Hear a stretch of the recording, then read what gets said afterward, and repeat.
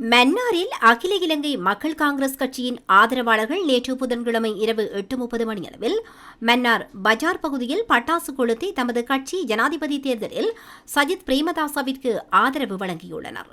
அகில இலங்கை மக்கள் காங்கிரஸ் கட்சியின் உயர்பீடம், அரசியல் அதிகாரப்பீடம் ஆகியன நேற்று மாலை கொழும்பில் கூடி ஏகமனதாக தீர்மானம் எடுத்துள்ளது. மேலும் கடந்த 2 வாரங்களுக்கு மேலாக வடக்கு கிழக்கில் பல இடங்களுக்கு சென்று மக்களையும் மாவட்ட பிரதிநிதிகளையும் கட்சி தொண்டர்களையும் ஆதரவாளர்களையும் சந்தித்து மக்களின் கருத்துக்களை கேட்டறிந்தார்.